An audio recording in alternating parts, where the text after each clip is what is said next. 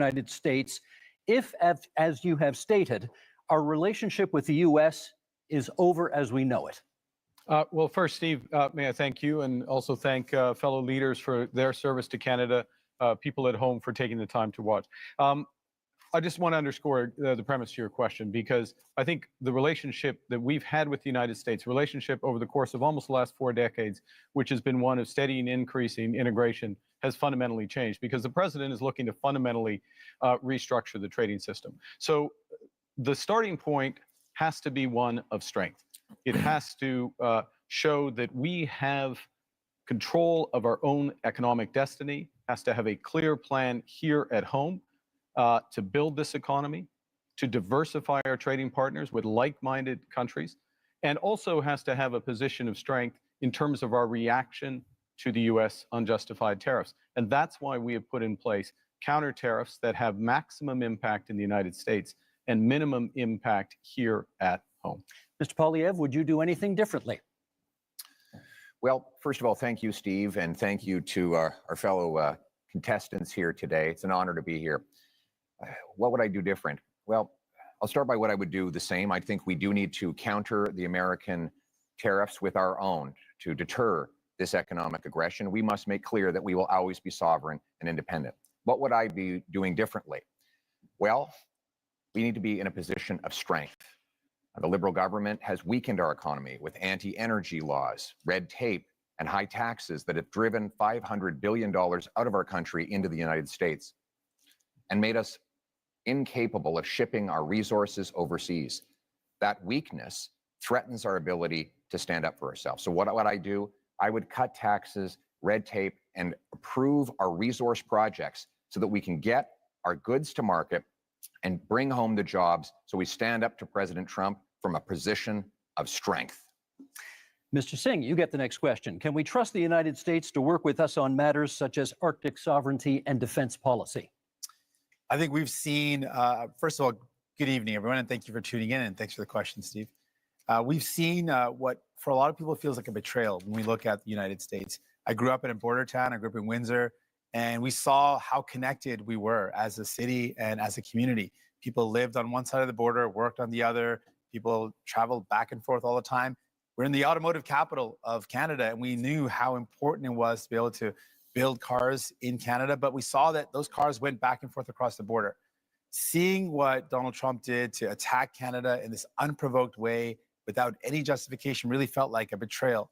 And so Canadians now are right to say, well, we don't really trust Donald Trump at this point, and we can't really have a lot of faith in him. So when it comes to our Arctic sovereignty and our security, we need to make decisions that are in our best interest and no longer be so dependent and so reliant on the U.S. And that's what I would advocate for, making sure we are resilient, independent, and less dependent on the United States. Monsieur Blanchet, for you, what supports would you want to see for industries affected by tariffs, many, of course, of which are in Quebec?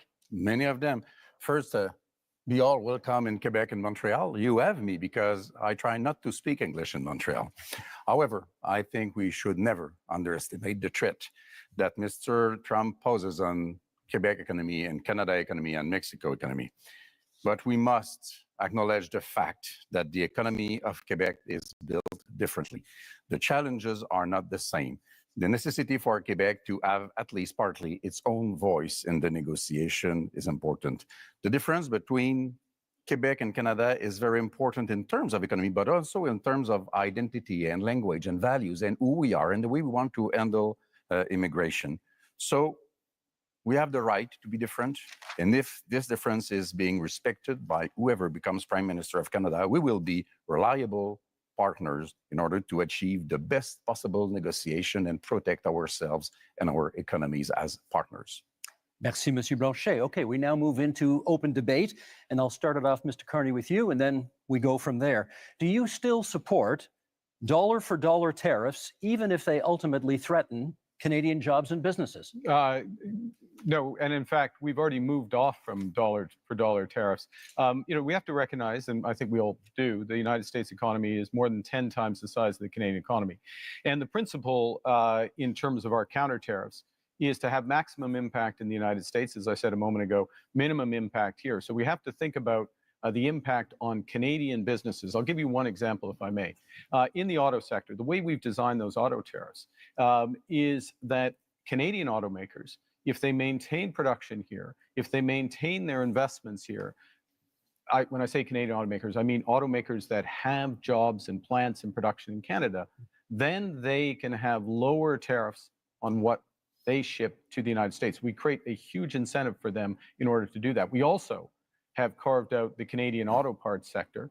Last point, I know you're pressed for time, the Canadian auto parts sector, so that it can remain competitive with the United States. We're focused on maximizing Canadian jobs, maximizing the harm in the US, so that we get them where we need them. Mr. Poilievre, you want in, then Mr. Singh. Well, Mr. Carney, you claim that you want our country to respond with strength, but after the last decade, half of which time you've been Justin Trudeau's economic advisor, our economy is weaker than ever before.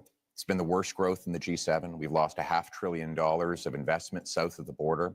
You supported blocking pipelines in Canada that gave Donald Trump and the US a near monopoly over our energy. And now you want to keep in place Bill C-69, the liberal no new development law that blocks us from shipping our resources overseas. How could you possibly think it's a good idea to give the Americans a continued monopoly on our energy projects when you have seen how much these liberal policies have weakened our country over the last decade? Let Mr. Carney respond, and then Mr. Singh. Sure. If I may, yes. So let's go to my record. My record is a month long as Prime Minister. And this goes to the heart of coming to the Americans with strength, but doing the right thing for Canada. Within the first week as Prime Minister, I sat down with all the premiers of the provinces and territories, as well as the leaders of the Indigenous peoples. Got an agreement with all the provinces and territories, doesn't happen very often, got an agreement for them to have one Canadian economy instead of 13, first point. Secondly, to commit the federal government to do its part by Canada Day, so free trade in Canada by Canada Day. Thirdly, the federal government to commit with respect to project reviews. The question was about Sorry, pipelines. I'm getting to it. Thirdly, one project, one review, and relying That's not on possible provincial. under Yes, it is C-69. possible under. It is possible on our system. No, It it's is not. the It's impact banned assessment. under C-69. It is agreed on under the impact assessment framework, and we have a cooperation agreement with British Columbia already. We're looking forward to them with the other provinces. We will move Still, forward. no, Yeah, Gotta I'll let jump in okay, on this. Mr. Singh's turn, please. The Of course, anti-development of law. course, we agree around having a strategic response to the United States. But what I'm concerned about is what we're doing here in Canada. We are already seeing threats to our country in that just the threats alone of the tariffs have meant Canadians have lost their jobs. The threats of the tariffs that are in place right now, the impact of those tariffs is that we've lost jobs in steel, aluminum, and the auto sector. People are already losing their jobs. And while Mr. Carney, you had time, as you mentioned, not very long time, but as Prime Minister, you showed us your priorities. The first thing you did is you had traveled, you made a tax cut for millionaires, which was reversing on the capital gains. So you gave a tax cut to millionaires, but you didn't have time to increase the amount that workers get on EI. Right now, workers who are struggling and wondering, what am I going to do if I lose my job? Workers who've lost their job are saying, how do I pay my bills when EI only covers half of a worker's salary? Maybe 40 years ago that would have worked, but right now most workers are spending their entire salary just to pay the bills, to pay their mortgage and their rent, and to put food on the table. So EI is not good enough, and it shows Canadians that you didn't make it a priority to protect those that are impacted by these tariffs, that are threatened because their jobs are lost. We have not heard from Monsieur Blanchet yet in this segment, so please. Yeah, Mr. Carney, you are becoming a real Canadian leader, saying one thing in French and another one in English. You said in British Columbia in February that you would force oil and gas through pipelines through Quebec, either we wanted it or not. You would use emergency powers in order to do so. And 2 days later in Montreal, you said that you would never do that without the approval of Quebec. What's the point of using emergency powers if you do have the agreement of Quebec? However, I do agree with you. It's important to be very strong in front of Mr. Trump. However, I would keep the dollar for dollar policy. Don't be weak in front of Mr. Trump. And those counter tariffs have to be targeted. You have put out already $2 billion for Ontario auto industry, car industry, and the lumberwood industry in Quebec has already paid to United States $2 billion, and you have not raised one finger in order to help us. Let's get from Mr. Polyev and then a response from Mr. Carney. Well, Mr. Carney refused to answer the question about pipelines. Just the other day, he said that he doesn't necessarily think we need to build pipelines. Let me tell you what that means. Right now, the Americans get 97% of our oil, 100% of our natural gas exports at big discounts. We have to send Canadian oil from Western Canada through the States just to get it back to Quebec because we don't have a pipeline. And now there's this law, liberal law C-69, which effectively bans pipelines. The 14 biggest energy and resource companies say it has to go if we're ever going to build another project. And I asked Mr. Carney why he would keep in place this anti-pipeline law that effectively empowers Donald Trump to have a total monopoly on our single biggest export. Why would you not repeal this liberal law? Isn't it because you are exactly the same in the same line as Justin Trudeau and the rest of the Liberal team that is now making up your cabinet? Let's get a response. Well, let me pick up a couple of points that have been made. The first thing I did as Prime Minister was to cut the carbon tax.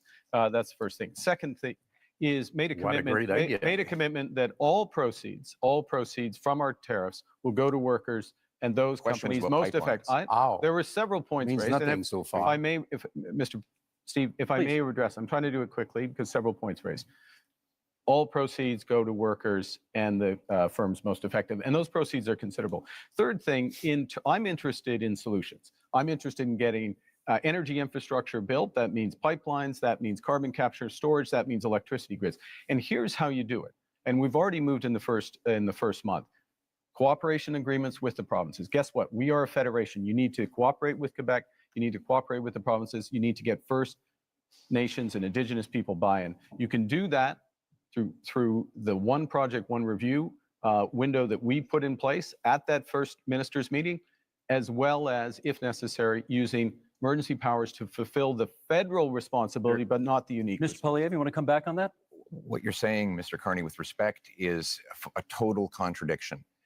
The No New Development Law, C-69, guarantees there will not be one-stop shop because it requires the government of Canada to actually duplicate What Mr. Polyev is saying is that have no rules, have no regulation, have one-stop shop. Mr. Singh, over any energy Mr. Singh, we just got to let him finish his development. sentence. Let's just let him finish his sentence. That is not true. In fact, Mr. Singh, the reality is we should have strong rules enforced once. We shouldn't have multiple levels of referral that it takes now 17 years to get a major project approved in this country. That is why in the last 10 years, we've had the worst economic growth in the entire G7. We cannot afford a fourth Liberal term. We need a change, and the Conservative plan for a change will include repealing the anti-pipeline law so we can get our energy to markets other than the United States. Mr. Singh, then Mr. Carney. While these two compete about who's more pro-pipeline, I think what we need to do is, I mean, it's clear. The Liberals bought a pipeline. They built a pipeline. I don't know what Pierre is complaining about.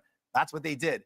I think what we need to do, if we're talking about energy in our country, we need to build an east-west grid. Let's use our power as a nation to build a national project that creates good jobs, that strengthens us for the future, where we connect the low-cost energy from jurisdictions and provinces across this beautiful land and have low-cost energy for businesses, for people, so we can build a stronger economy. That's the energy of the future that we need. Mr. Carney. 3 quick points. First, the pipeline built, yes, TMX built. That's why oil exports up 50% over the course of the last few years. Secondly, I don't think Mr. Singh is absolutely right about the east-west grid interconnections, which is part of the energy corridor. Huge opportunities for this country. We have to be able to do more than one thing. Third point, fundamental point. We can give ourselves far more than Donald Trump can ever take away. If we have one Canadian economy, not 13, and if we just look at that agreement we got with the provinces, look at what Ontario and Nova Scotia have just announced in terms of their steps towards this, this is within our grasp. Monsieur Blanchet, what should we be prepared to concede in our negotiations with the United States? I want to be back to something that Mr. Carney said. You can't do something and the opposite, and you can't fill people's mind with nonsense. Quebec has, by law, its own environmental review institution, and you cannot, through a federal decision, even through a Quebec government decision, go over the BAP, as we call it. If the BAP says no, Just say. it's no. I know. I know. Good. I know. Let's but this keep is that in mind. This is the point. This is, if I may, this is the point. The federal government can do the following, which is to take the decision to abide by the decision of the Quebec BAP. That is within the federal government's power. That is known as cooperative federalism. That's what we need to And do. do you in a- understand this one is other what- point This is fast? what we need. This is what we need to do in a crisis. Bref Moïse, and then Mr. Poilievre. Yeah. The building of those pipelines will take at least 10 to 14 years.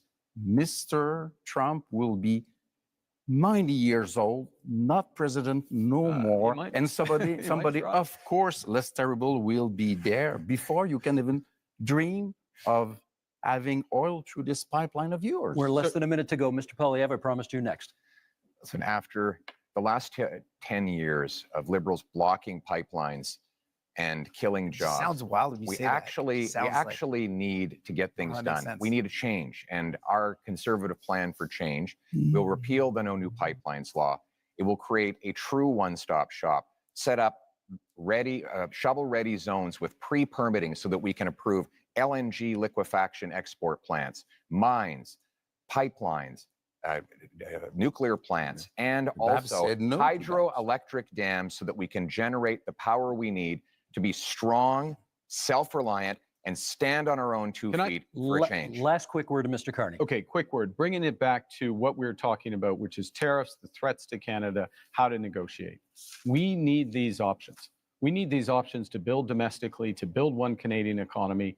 We need to act. We need to diversify our trade partners. And that is will our give us time in this strength to the segment. US. That is our time. Okay, you know my job tonight. I got to be the heavy guy here every now and then, making sure everybody comes to time. We've And got I'm keeping an credits in eye the as bank. well on making sure that everybody gets rough justice over here.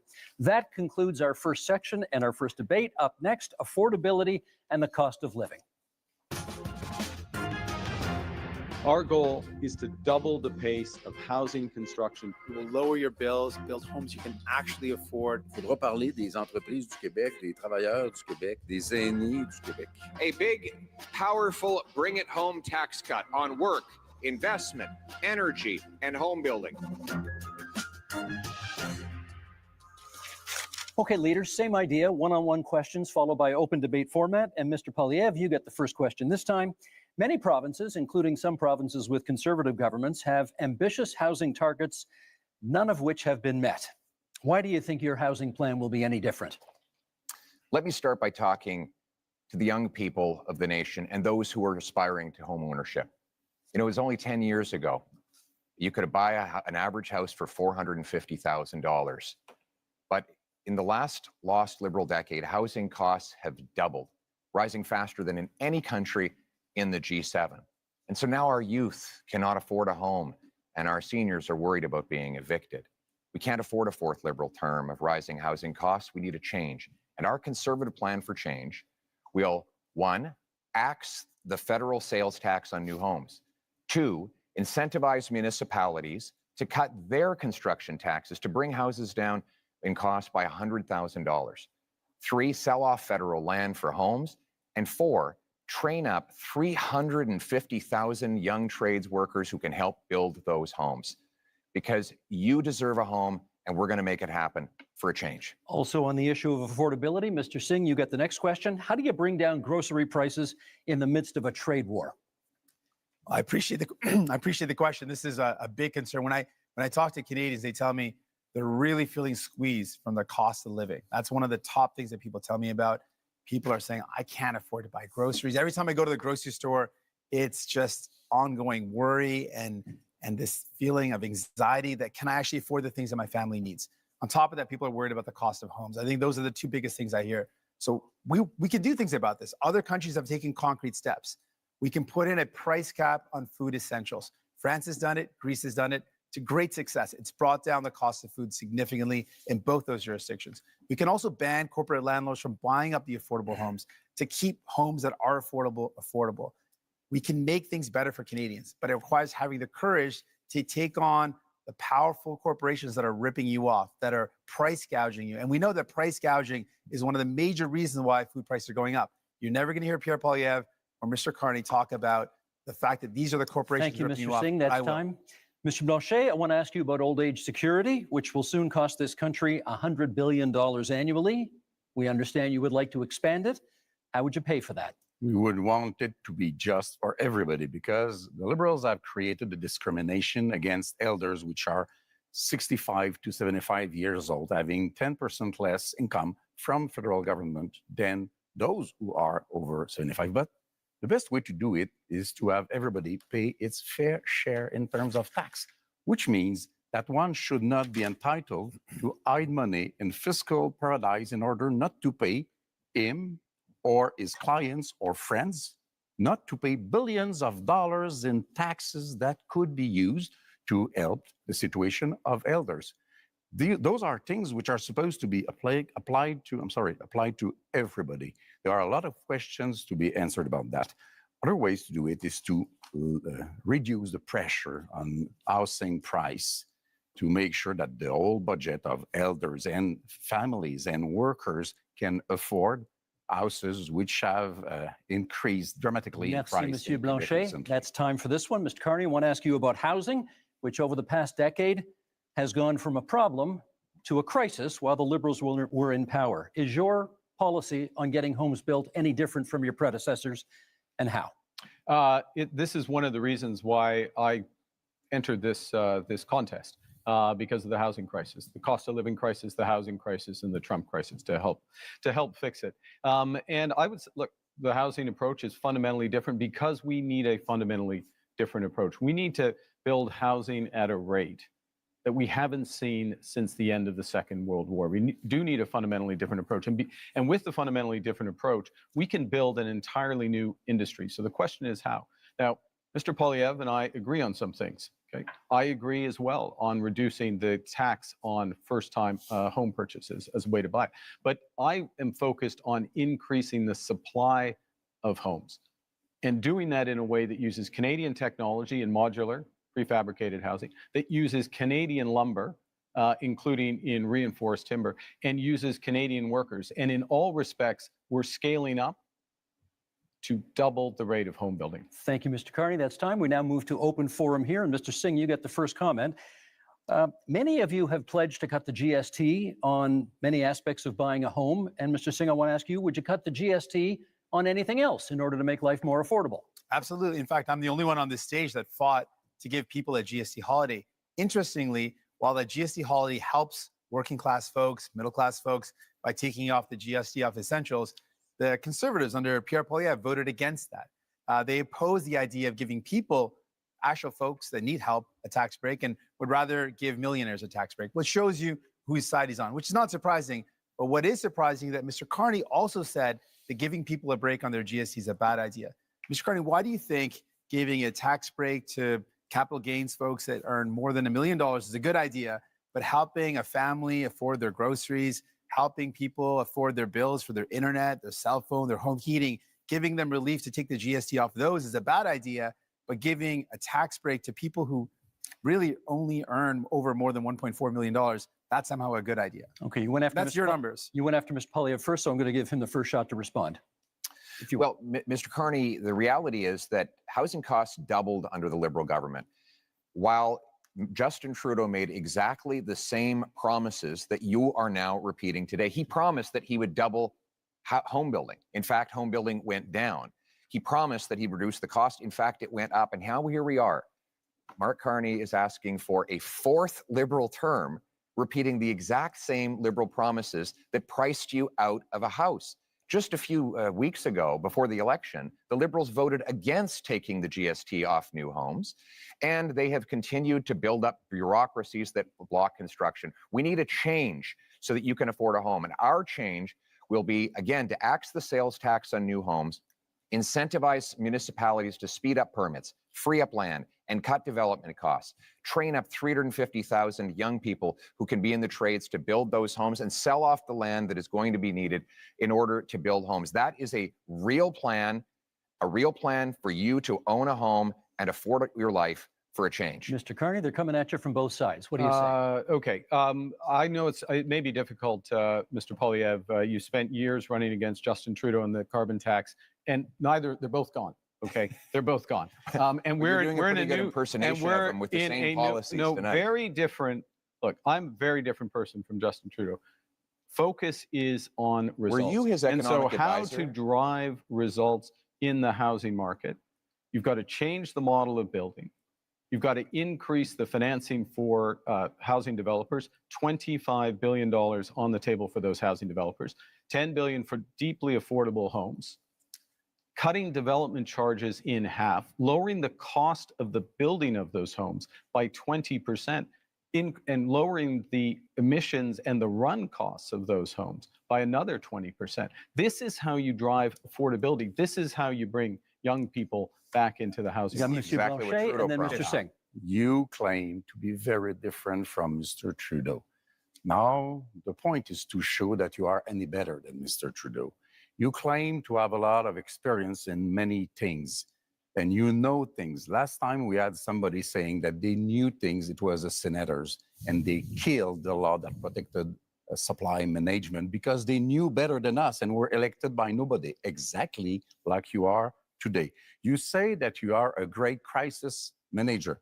Which one? I heard of nothing. As far as I know, Brexit happened, even if you were against it. You say you are a great negotiator. What have you negotiated but fiscal paradises in Bermudas or Cayman Islands?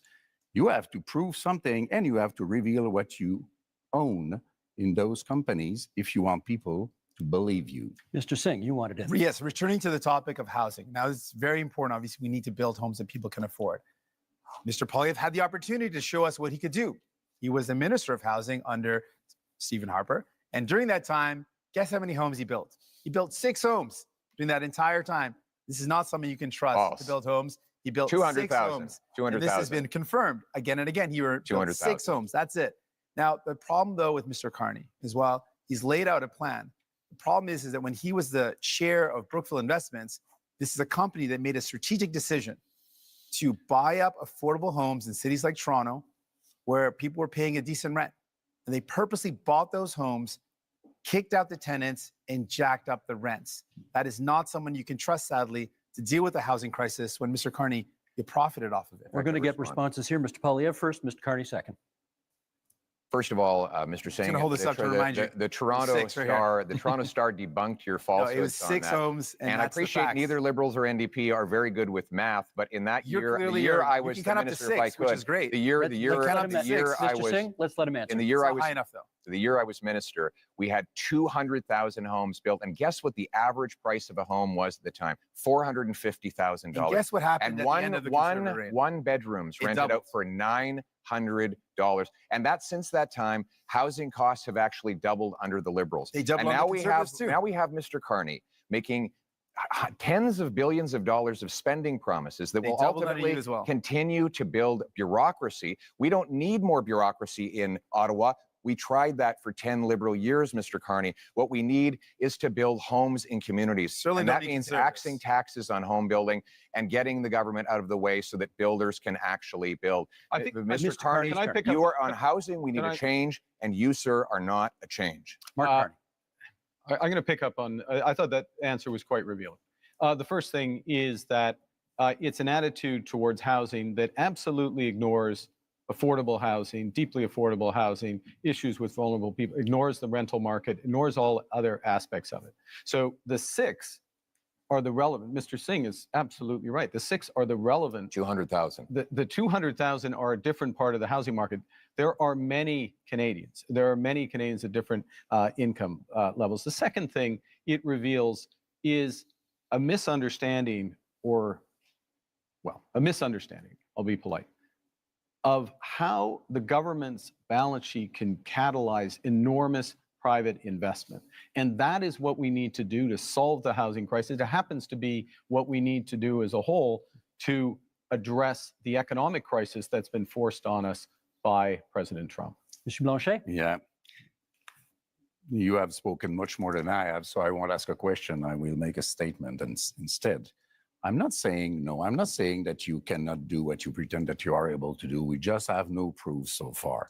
I'm saying quite clearly that you cannot be entitled to do it alone. You cannot be entitled to hold all the power in your two hands. You cannot go out there and fix things for Canada and Quebec without being seriously checked by serious people.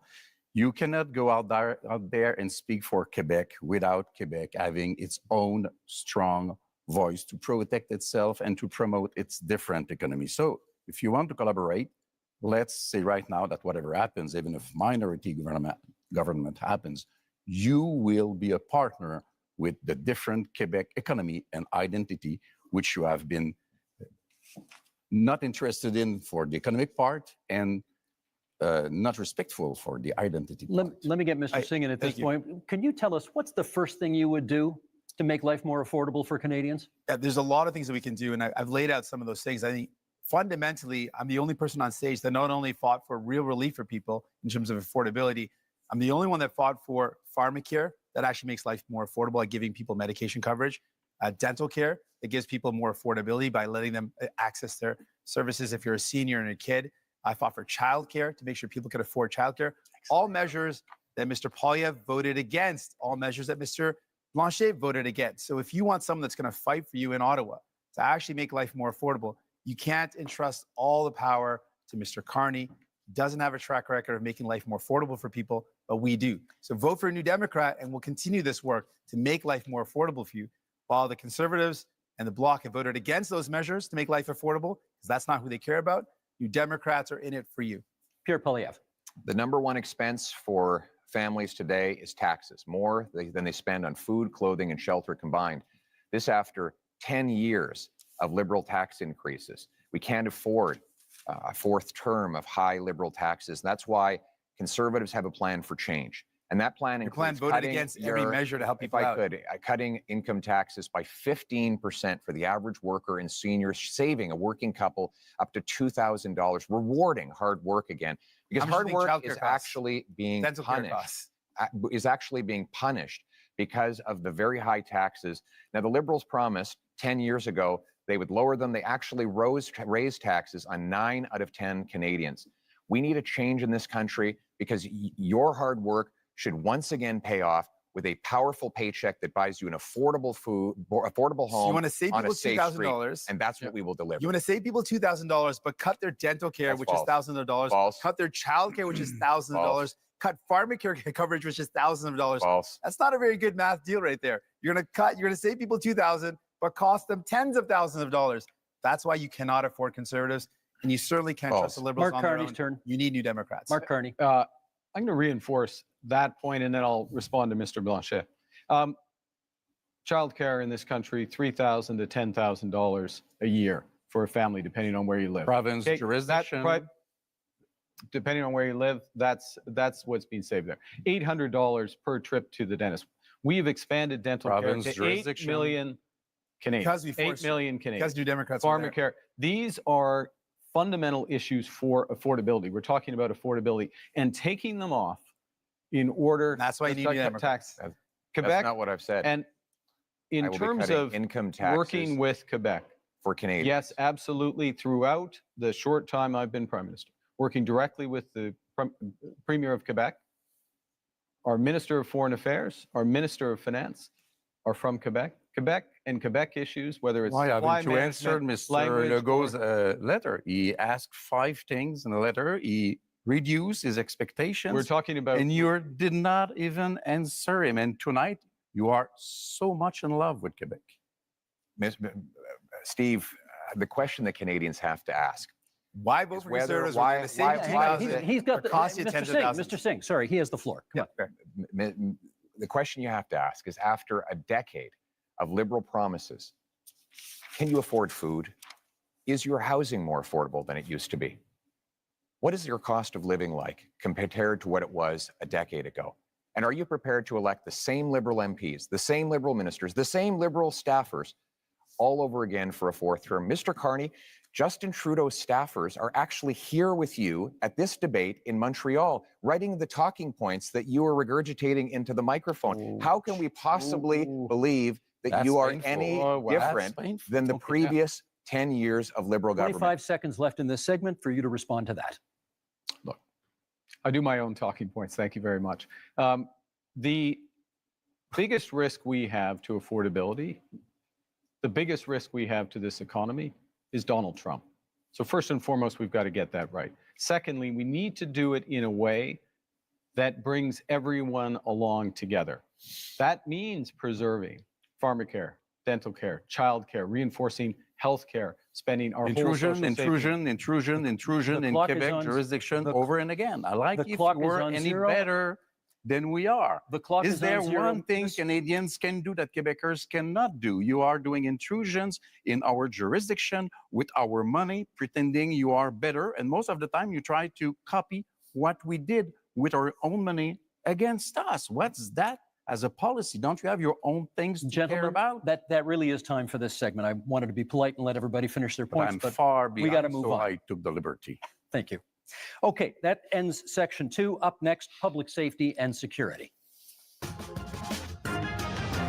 Fight crime, to protect Canadians, and to build communities that are safe, secure, and strong. Keep crime, drugs, stolen cars, and other illegal substances out of our country. We're going to invest in our borders, and that means hiring more border officers. Resources are in short supply, not enough staff. This is not the nice way to treat people who come to our border. Okay, same format, one-on-one questions and then open debate. Monsieur Blanchet, you get to go first in this one. Public safety and security. For a lot of people, that means the fentanyl crisis. I'd like to know what you could contribute to ending that crisis in this country. The fentanyl crisis is a very serious issue, which is a bit less important in Quebec than it is in British Columbia. I think the whole border thing is the real issue. Immigration is a very important issue for Quebecers. Immigration has to be dealt with in an orderly fashion. Our borders are not dealt with in an orderly fashion. The rules are not respected. The rules are unclear. Some rules even invite people to hide for 2 weeks illegally before coming out. Some things has to be done. The situation of one person asking for asylum may take as much as 4 years without us reducing the number in order to deal with them in a human way. The services for every citizen in Quebec are being reduced because we cannot afford the fact that we are receiving much, much more people in Quebec from this specific type of immigration than we can afford, and we cannot teach them French. That's time, Monsieur Blanchet. We can, of course, return to the immigration issue during open debate should you We choose will. to. Mr. Carney, question for you. The Liberal gun buyback policy, not considered a success by many people. Reviving it is in your platform. Yeah. Why would it work this time?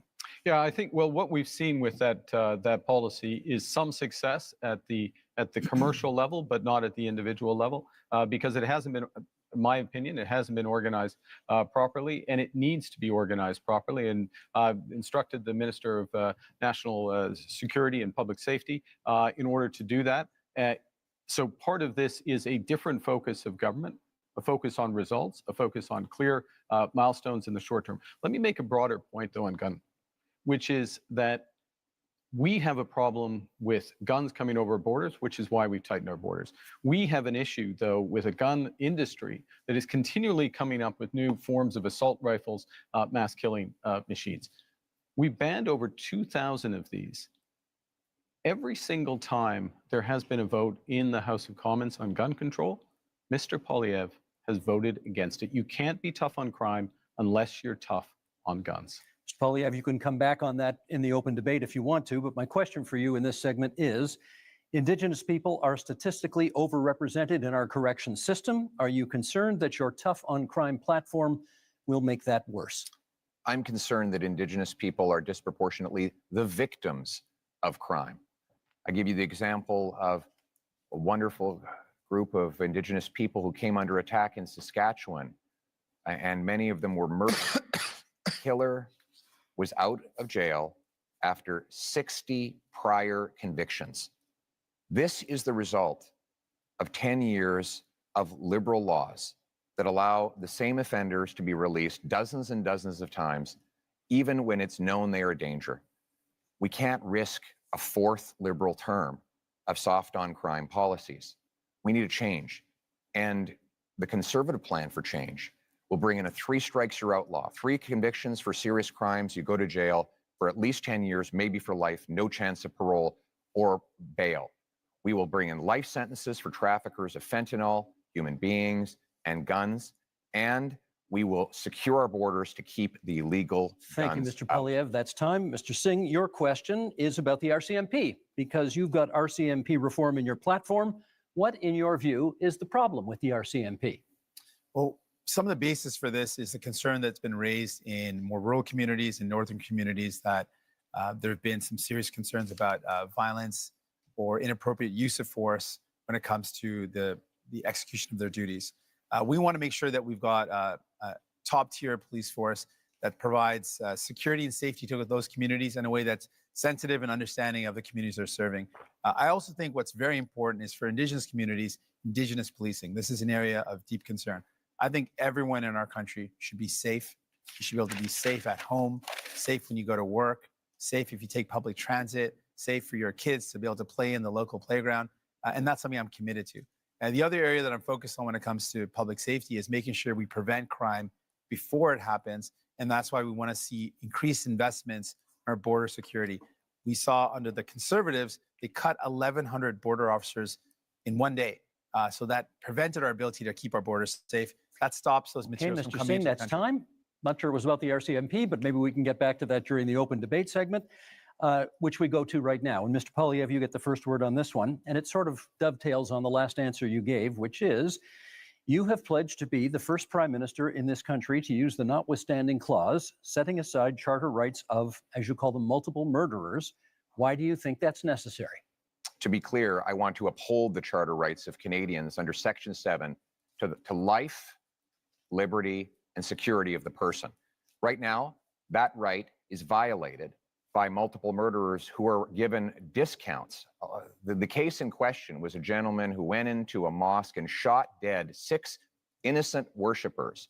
He got, according to this ruling, only one 25-year sentence, meaning he can be out in his 50s. He only serves 4 years for every murder that he carried out. That is outrageous. And I will use the constitutional powers that are created for this purpose to ensure that mass murderers stay in maximum security penitentiary for life. They will only come out in a box. We will also pass tough new laws that prevent repeat offenders from getting out. If you commit 3 offenses under the 3 strikes law I propose, you will not be allowed out of jail until you prove that you are drug-free, that you are behaved perfectly, and that you've learned an employable skill, and you've served a 10-year sentence. We cannot allow liberal crime and chaos to go on terrorizing our communities. What we need is a real plan for change so that we can bring back the safety and the security that Canadians used to take for granted. Let me get Mr. Carney to respond to that. You think that's an appropriate use of the notwithstanding clause of the Charter? I think that the one of the core responsibilities of the federal government, Prime Minister, is to defend the fundamental rights and liberties of Canadians. And those fundamental rights and liberties of Canadians are outlined in our Charter of Rights and Freedoms, which is 43 years old literally today. I think it's a very dangerous slope to override judgments of the Supreme Court of Canada. In fact, the Charter of Rights and Freedoms exists to protect Canadians from people like us on the stage, politicians who may use their power to override fundamental rights. And the issue in using by the federal government, I'll stop here, is not where you start, but where will you stop? Mr. Polyev, I should get Mr. Polyev on that. Is it a slippery slope if you use it in this case? I must say, I would be quite interested too, because Mr. Carney said that he didn't want us to use the notwithstanding clause before adopting a law. And yesterday he said that he felt that it was wrong to use the notwithstanding clause after a law is adopted. So if we cannot use it before and we cannot use it after, it means that Mr. Carney believes that we should never use it. But it is very important. And the Ford case made it clear. The Constitution says how it should be used, but never how or what we will do with it, because it's the prerogative of the provinces. So, do you want the Supreme Court to overrule another judgment of the same Supreme Court because you don't like it? Because that would be being the hell of a politician as you define them. Well, You let wanna me just come start back by to that? saying, Okay, first of Mr. all, yeah, thank you. I just started by saying, let's not let Mr. Polyev get away with making this ludicrous claim that anyone on this stage thinks that violent crime should get a less severe penalty. Obviously, that is not a special position that he's taking. Everyone agrees that horrible crimes should have horrible sentences. Judges are equipped to do that. So don't let Mr. Polyev's rhetoric confuse people. Obviously, everyone agrees that if someone does something horrible, they should pay a horrible price for it. There should be appropriate sentence that's put in place by a judge. But what I'm concerned about is all of what Mr. Polyev is talking about is after the fact. Now, there's heinous things that happen, and there needs to be severe penalties put in place. But we also need to keep communities safe. And that's what my focus is. Well, how do we stop crime before it happens? Much of the violent crime that's committed is committed by illegal handguns and firearms that come across the border. Now, Mr. Polyev has admitted that as well, that it is illegal handguns and illegal weapons that are used in violent crime. So our plan is, let's stop those illegal weapons getting into our country in the first place. And the way we do that is by having stronger border security officers and having more people on the border. Mr.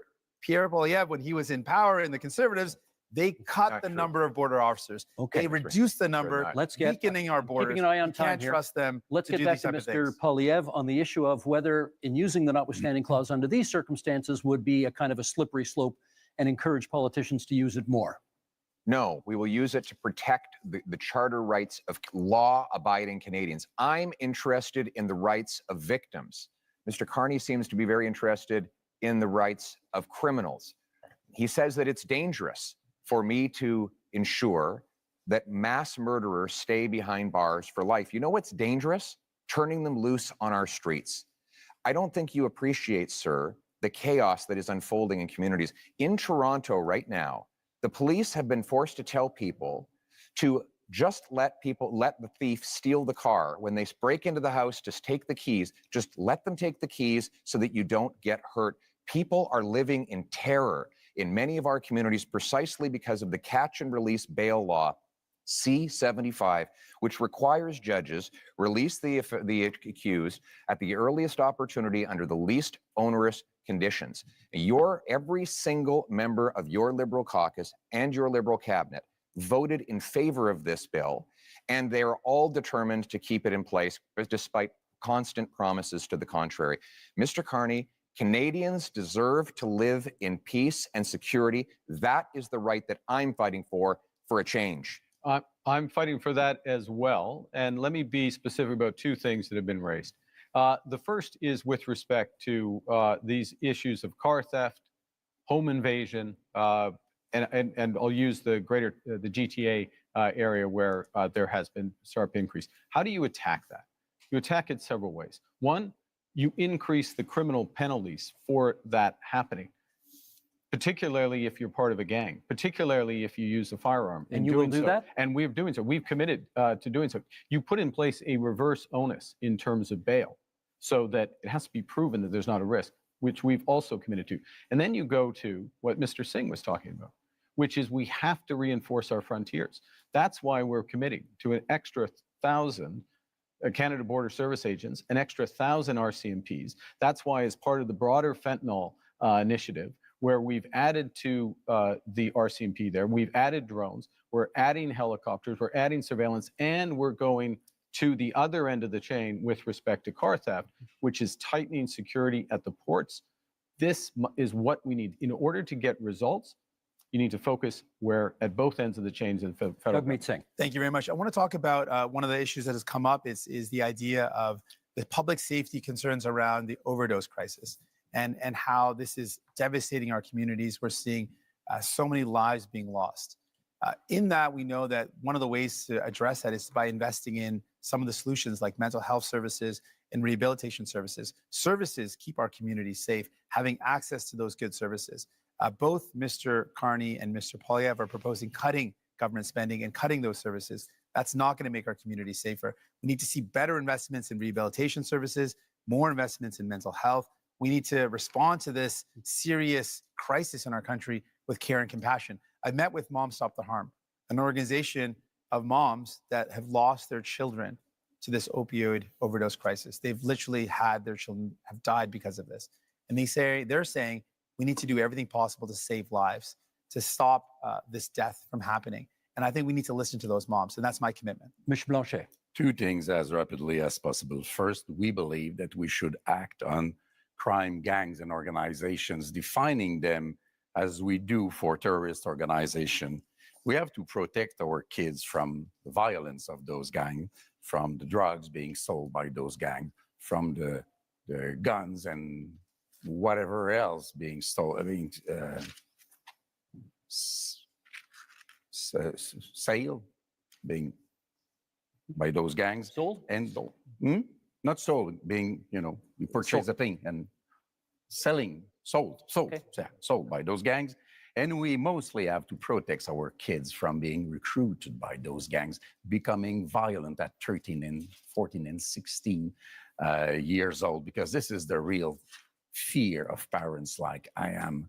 This is a very dangerous situation. I want to come back to immigration because we said that we would come back to immigration. Do you remember the Century Initiative, a sad memory? Officially, they said that they had not considered Quebec difference. They had not considered Quebec language. They wanted Canada to be a 100 million people country by the end of the century.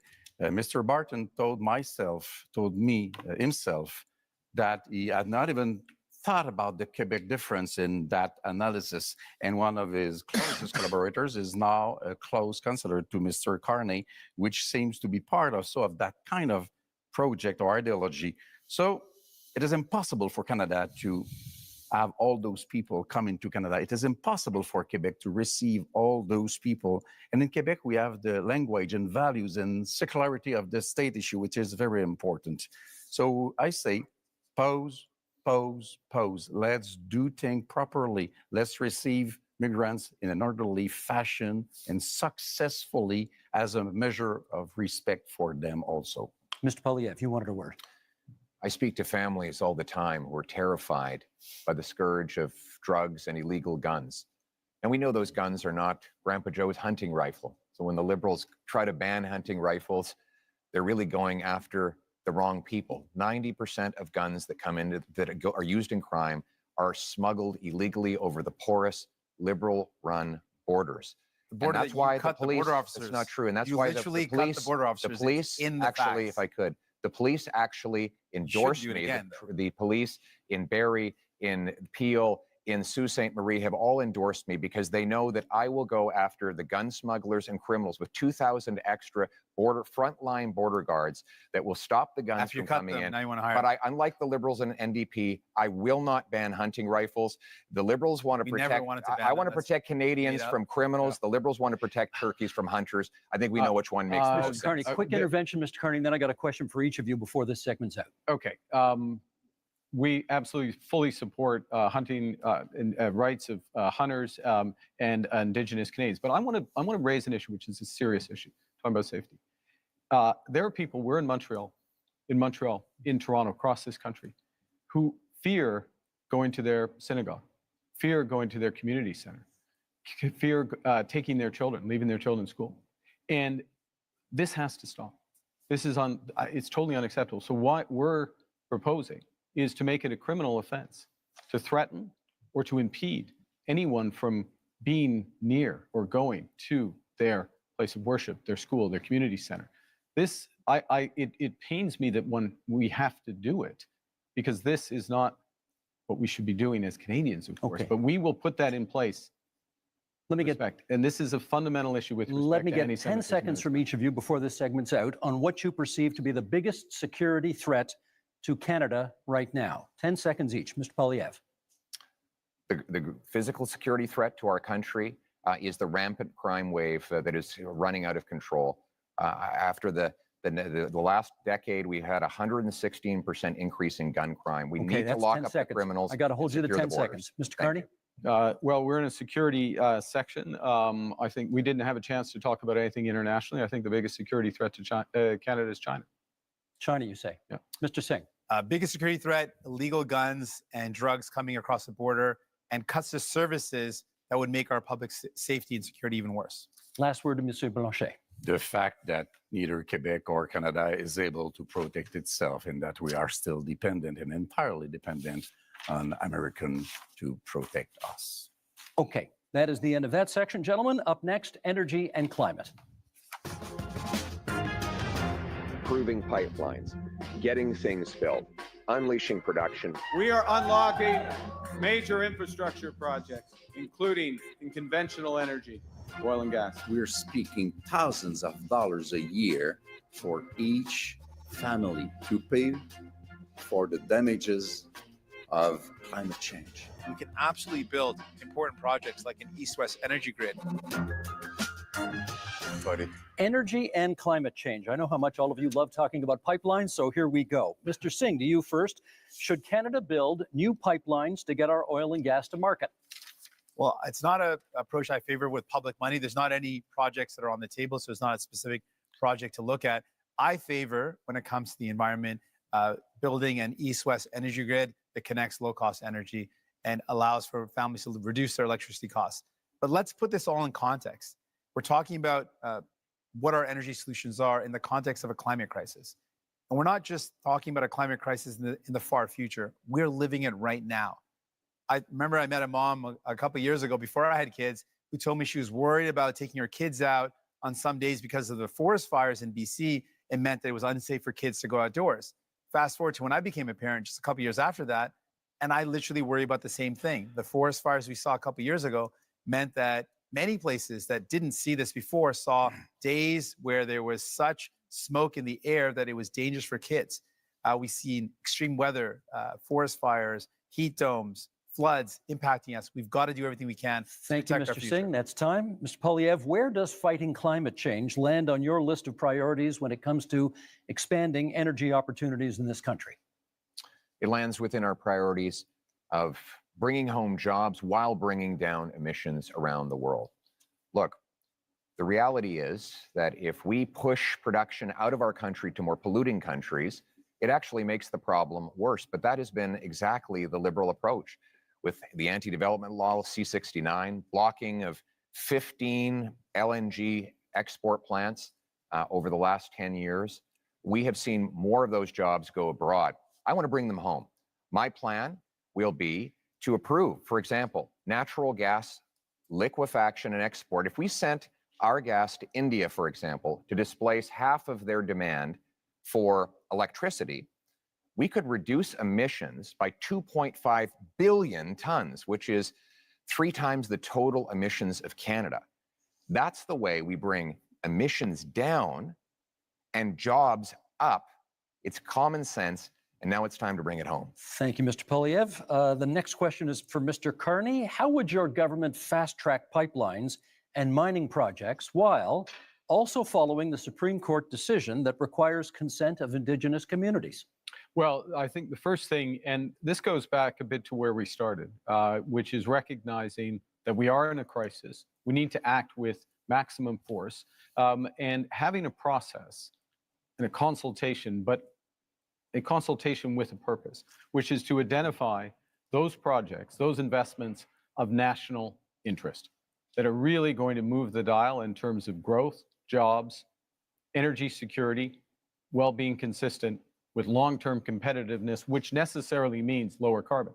And so part of that process is ensuring that First Nations, Indigenous peoples, are there from the start. It also includes their ability to participate fully in those projects. And that's why, and I know I can tell, like, you've got to tell on when I've gone on too long, so I'll finish up, which is, that's why we're doubling, our proposal is to double the Indigenous Loan Guarantee Program to $10 billion. What does that actually mean? It means an ability for them to invest equity in those projects and be full partners. Thank you. My tell is my clock, and my clock is at 0, so that's how it goes. Monsieur Blanchet, do you still oppose pipeline construction in Quebec, even though a majority of Quebecers now apparently say they support it? We will know about that when we have held the debate about that, which has not begun yet. We are just beginning it. First, we are hearing very creative numbers and we are being fed nonsense. And we will be back to it in a few minutes. But energy, trade, commerce is from south to north or north to south. And it's true in Quebec also. In a little more than 3 years, Donald Trump won't be in office. And there will be not one more pipeline having been built once we get there. So let's be serious, responsible, and we will be back with the numbers. We don't want to pay in Quebec for such monstrosities, which will provide us with nothing. We now move to open debate, and you all will get a chance or have had a chance to get the first shot at this. Monsieur Blanchet, it is your turn to get the first shot. Canada has a substantial supply of critical minerals, which are in high demand. Are you in favor of allowing these minerals to be mined? Of course, it has to be done properly. Quebec has probably the most important clean phosphate reserves in North America. In Saguenay-Lac-Saint-Jean, it is very important. It has to be exploited. This is the best way to use Paul Saguenay as an infrastructure that we need. We have lithium. Everybody needs lithium. Transportation has to be taken from oil to clean energy. This is what we want to be working on. It is part of the specifics of Quebec economy. So we are in favor of that, but we don't want to pay for the $30 billion which have been spent on oil and gas by the Liberals last year. It's $7 billion from Quebec. We don't want to pay for the $40 billion which have been spent by the Liberals on Trans Mountain. It's $9 billion from Quebec. Those are $16 billion of which not $1 has been spent in Quebec to develop a lot more power and wealth for Quebecers with our own money. We need to let the leader of the Liberals respond.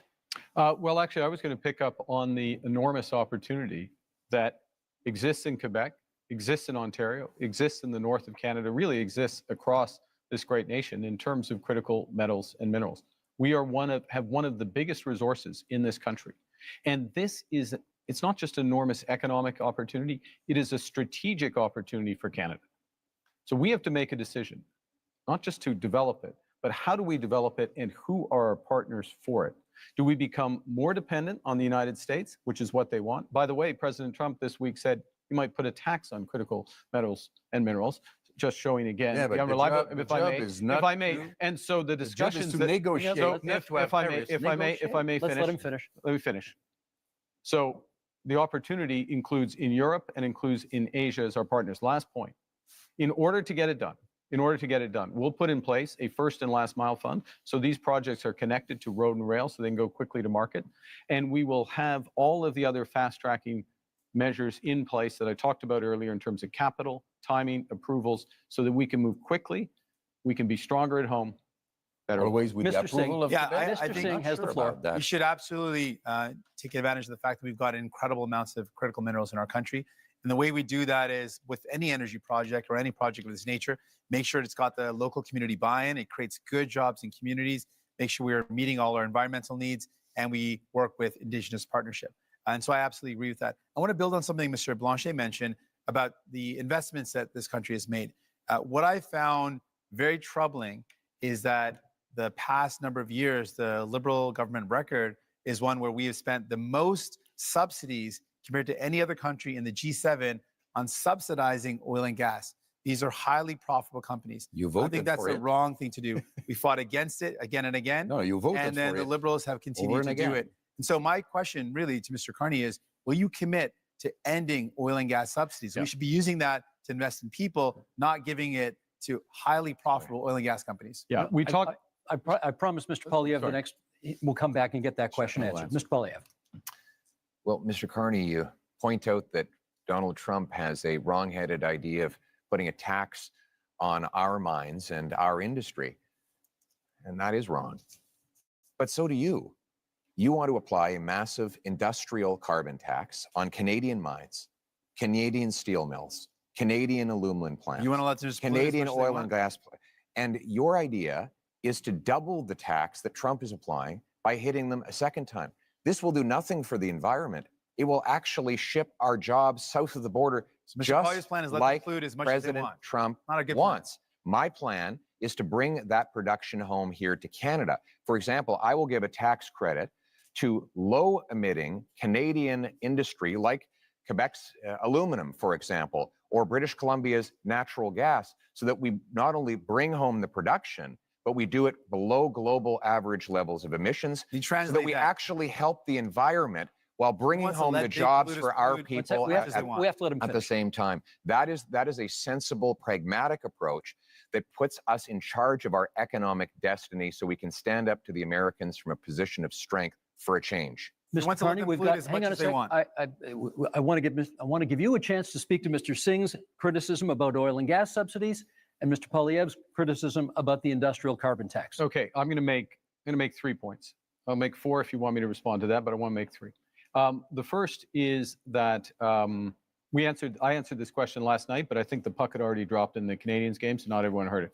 Yes, end to oil and gas subsidies. And that's first why one. you need New Democrats. Secondly, We'll make it good. secondly, I would have done it independently. Secondly, recognizing that the biggest component of that was the cost of building Keystone. Keystone, which is the pipeline which has helped to increase oil and gas export, or oil exports rather, by 50% in this country. That is an asset of the people of Canada. We own it. And the question of what to do it. So it's not a subsidy that has disappeared, it's actually an asset of Canada. The third point, though, in terms of where the oil and gas industry, particularly the oil industry, wants to and needs to go, which is to become low carbon in the production and transportation of oil. One of the big projects we need to move forward with is carbon capture and storage, the Pathways project, so that we have oil and gas that is competitive, not just today, 10 years from now and 20 years from now, as the world uses less. We want to have more market share. We need to do Mr. that. Carney, by very And my definition- government will move that. But by definition, a subsidy isn't when we buy a pipeline. I'm talking about subsidies that go to oil and gas companies. Well, Independent, separate from the country, oil and gas companies. That's what I'm the talking figure you about. quoted last night included the cost of the pipeline. Do you want to There's address billions his of point? dollars we're spending. We got to stop spending. Sorry, can we get you to address his point about the industrial carbon How tax? much will the industrial carbon tax add to the price of a car? So the first thing I want to say is I'm going to address the broader point. Well, the broader point is the entire absence of a climate plan from Mr. Poilievre, which, by the way, is going to put our industry and our country at a disadvantage as we're looking for new trading partners. Guess what?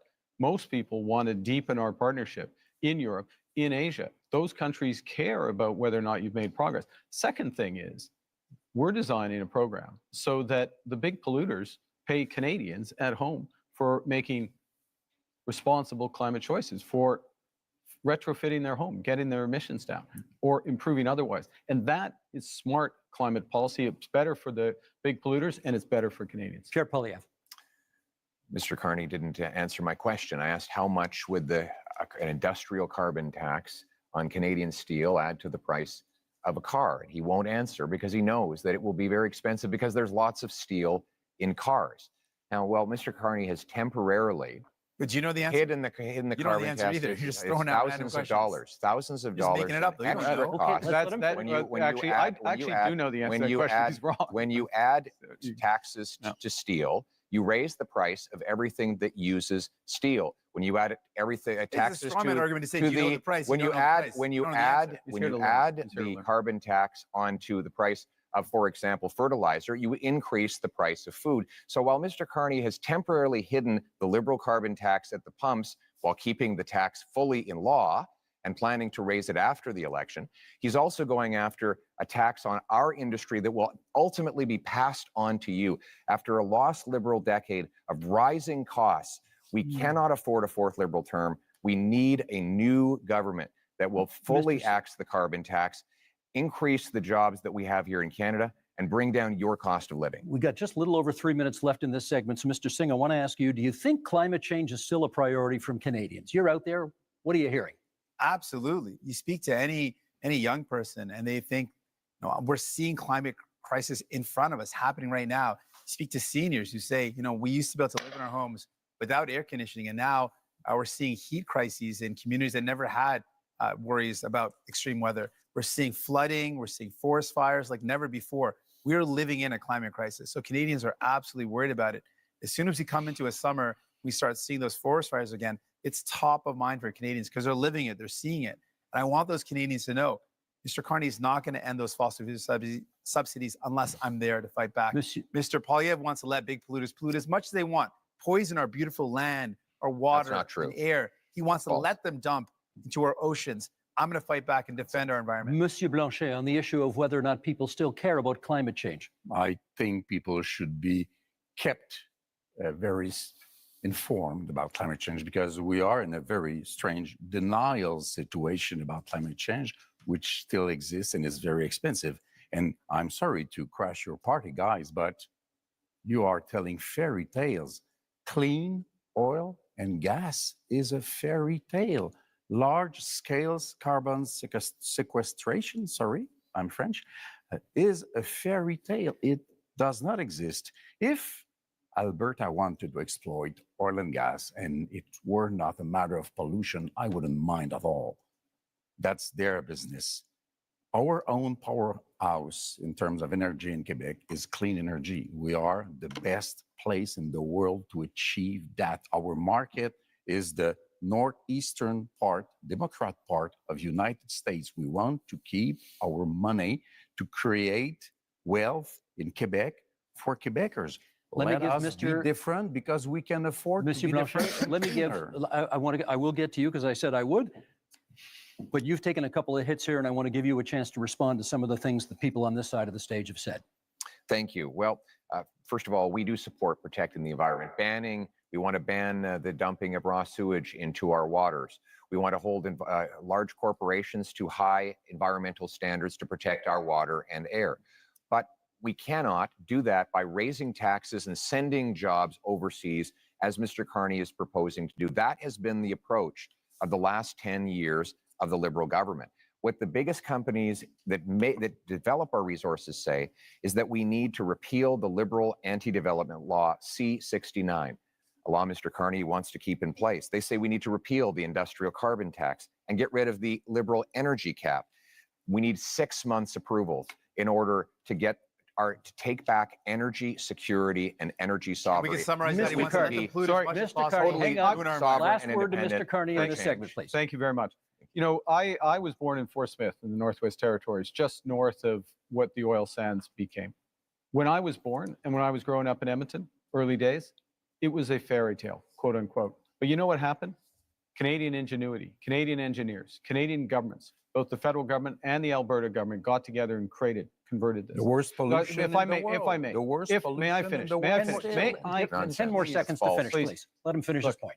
That's the opportunity we have. That's the opportunity we have in carbon capture. That's the opportunity we have in small modular reactors. That's the opportunity we have in hydrogen beyond. This country can be a clean energy superpower. My government will help deliver it. And that is time for this segment. Gentlemen, let us go to our final theme, which is called Leading in a Crisis.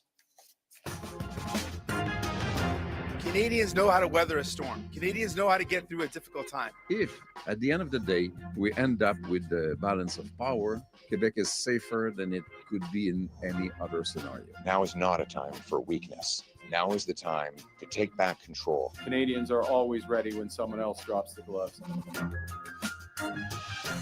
Okay, leading in a crisis is a pretty broad theme that allows us to explore many different avenues here. So let's get to it. Mr. Carney, you get the first question this time.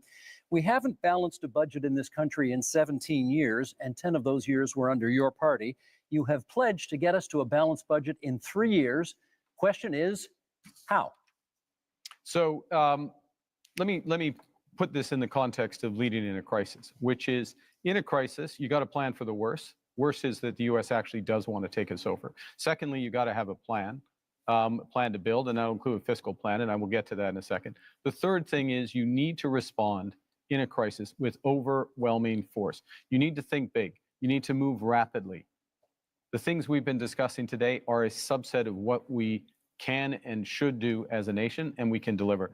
And government can play a role, but its role has to be catalytic. And so our approach is that we will slow the rate of spending. It's been growing at 9% a year, operational spending, program spending, away from transfers individual, 9% a year. We'll slow that to 2%. We will focus on a small amount of capital spending by the federal government in order to drive enormous private investment up to $500 billion by 5 years.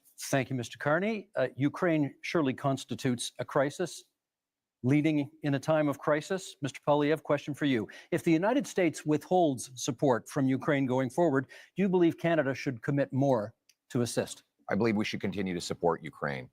Our party supported donating missiles that the Canadian military was decommissioning. We supported funds and other armaments to back the Ukrainians in the defense of their sovereignty. We also need to rebuild our own Canadian military because the Russians want to make incursions into our waters.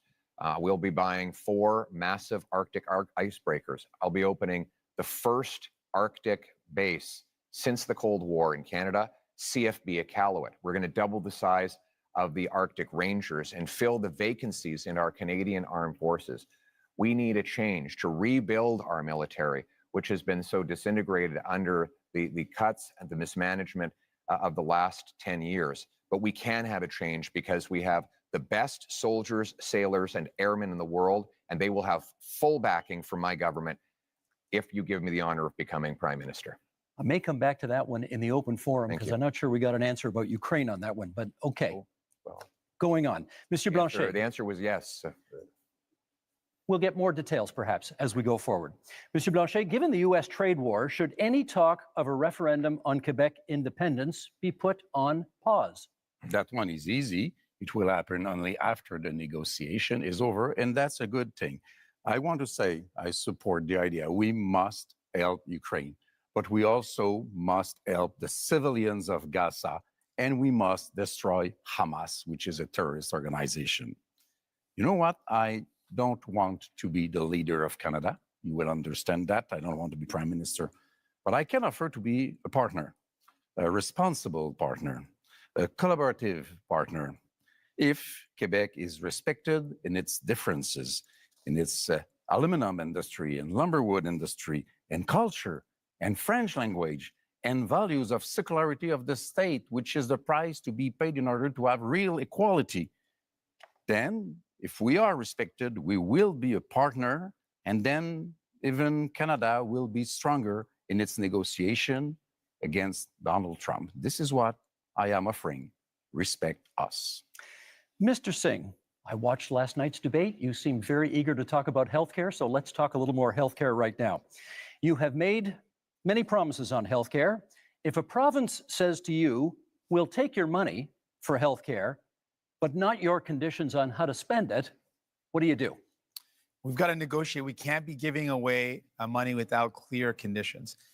We're in a healthcare crisis right now, and a crisis that is hurting people across this country. People are waiting desperately in line in emergency rooms for hours and hours. Seniors are waiting for years and years to get the care that they need for surgeries that would remove pain or help them deal with mobility issues. We're in a serious crisis. Healthcare workers are burnt out. They are overstretched.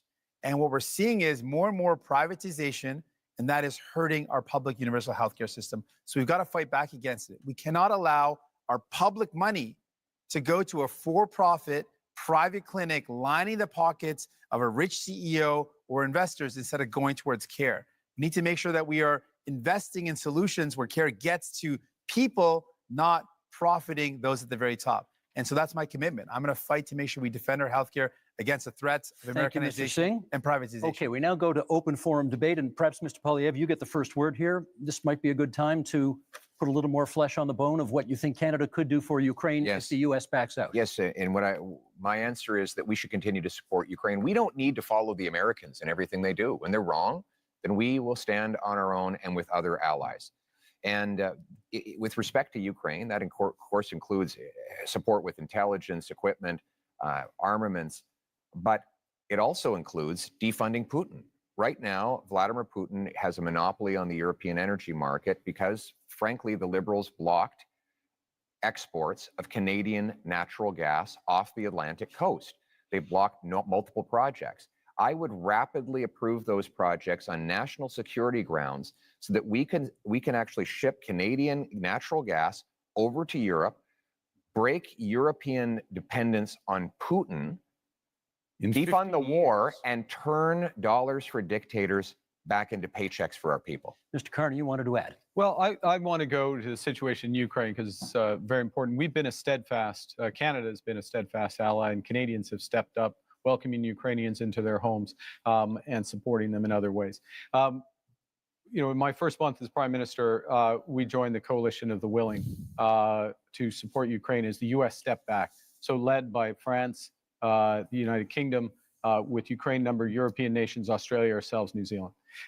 That's an example of how the new world is going to be. Canada participating in these areas and helping. It also means open trade. Mr. Poilievre voted against free trade agreement with Ukraine. It means aid for Ukraine. Mr. Poilievre wants to cut foreign aid, including for Ukraine, or not. He didn't mention support for aid for Ukraine. We have to stand by them. We have to be there, and this government has been. Mr. Singh. New Democrats absolutely support standing with Ukraine and will continue to do that. But I appreciate the opportunity in talking about leadership in crisis, talk about many of the crises that we're up against. And one of the crises we're up against in our country with the threat of Donald Trump, with the threat of the trade war, and with the privatization and Americanization of our healthcare system is the healthcare system. And what we have learned today, Mr. Carney mentioned slowing operation spending. That's a cut to services. He said his plan. He has a plan to balance the operating budget within 3 years. That's going to require massive cuts to spending. We calculated that at $43 billion in cuts. In fact, Rosemary Barton, when he was on the show on February 16th, he said he would cut spending. He said it would be in operations. He defined it as transfers in health. And finally, longtime Liberal and former House Leader Karina Gould said that Mr. Carney's plans would mean massive cuts. That's the only way to achieve it. So, Mr. Carney, do you think it is leadership to cut healthcare at a time when it is in crisis? I think it is wrong. We can't do that. We will not cut transfers for healthcare. We will not cut healthcare spending, full stop. But We'll Mr. have Carney, a detail, if I may. Who do we if I may- believe, Mr. Carney today, or the one he spoke on Rosemary Barton's show on February 16th? I did not. The one that repeated again that he would cut spending? I may. Who do we believe? If I may, consistently said, we'll preserve all transfers to the provinces, including the increases. We will preserve all the transfers to individuals, I won't detail them all, but there. So we're looking at addressing an operational spend, which is about $150 billion. We will address that. We will make it more efficient, and we will do it in 3 years, and we'll balance that budget. Mr. Blanchet. I am 6 minutes behind Mr. Carney, so I will speak a little bit longer. First, I will support any initiative which will bring Canada aligned with Europe and NATO in order to be stronger and facing new threats. Good. I believe that 2% won't be enough. I'm not more in favor of war than anybody else, but we have responsibilities, and our main ally is removing himself from the stage. So we have to step up. We have to do our part. I want to go somewhere else entirely, however. I want to ask Mr. Carney, if we're speaking about leadership here, if Quebec and Canada were to say, you are not being given a majority government, there will be more conservatives than you would like, maybe more New Democrats than you would like, and more people from the bloc than you would like. Will you accept, because you don't seem to be very eager about that, to deal with people which basically are more experienced than you are, as legitimate as you are, and would be more representative altogether than you would be being alone in your little kingdom? And I want also to propose to you all guys that 1 week after the election, we all meet, whatever the result, and we start dealing with this crisis together, because this is what people, either they are from Alberta or Quebec or wherever, this is what people expect from us. Mr. Carney, is that something you could get behind? I look forward to meeting with everyone. You're welcome to come, Steve, if you'd like. Week after twice, but That's also, not but very, in all that's seriousness, not very respectful. No, but I'll That's come. not very but I'm respectful. coming. On peut jaser un peu. Okay, I will. Okay. I come to the. On jase. Yeah. Okay. I'll come to the core. Look, in a crisis, yes, you need a team, and you need to bring the country along with you. So what I did in the first week was to bring the premiers together, meet with all the Indigenous leaders, and move forward in that context. Now, the question is who's going to lead out of this? Whoever leads out of this, if I may, Mr. Blanchet, merci, thank you. Whoever's going to lead out of this is going to need to work with all the provinces, work with labor, work with Indigenous leaders, work with all Canadians to bring them forward in a united front. And if I make this last point, one of the things that has happened, which is a credit to those people at home, is that Canadians are coming together. And it's our responsibility to meet the strength of Canadian unity. Still lagging. I have one small point to make. Yep. You will be elected, if you are elected in the parliament where there are other leaders. I don't know if he called you, or Mr. Poilievre, I don't know if he called you, but before yesterday, you have not spoken to me once, even if I proposed it so many times.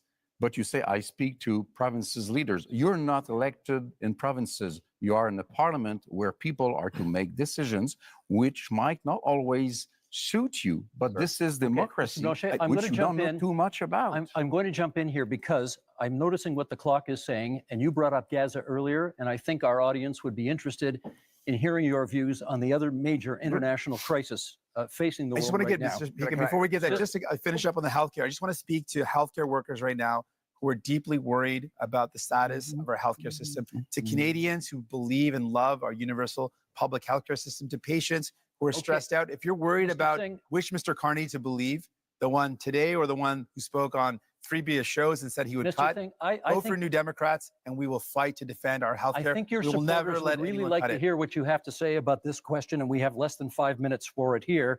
What role should Canada play in the other major international crisis in this world, in the Middle East and the war in Gaza? Pierre Poilievre, would you start us off on that? What role can Canada play? Well, first of all, we must condemn Hamas and, more importantly, the terror sponsors in Tehran who initiated the attacks, the horrific attacks of October 7th.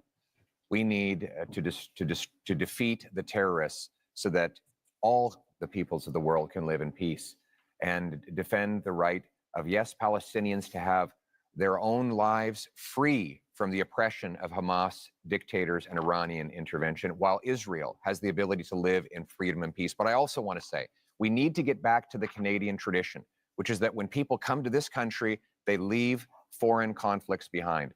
The rampaging riots targeting Jewish communities is utterly unacceptable, and it points to the growing chaos that we see on our streets after 10 years of incredibly irresponsible liberal policies, of weak borders, of dividing people into groups, of saying one thing to one group and the opposite to another, dividing and conquering. We must end that division and unite our people so that everyone feels safe, and that when we come here, we put our foreign conflicts behind and we put Canada not, people, first. Mr. Singh, come from countries from around the world, and they care deeply about where they come from, and they should be able to do so. That's a part of being in our country, to have that freedom.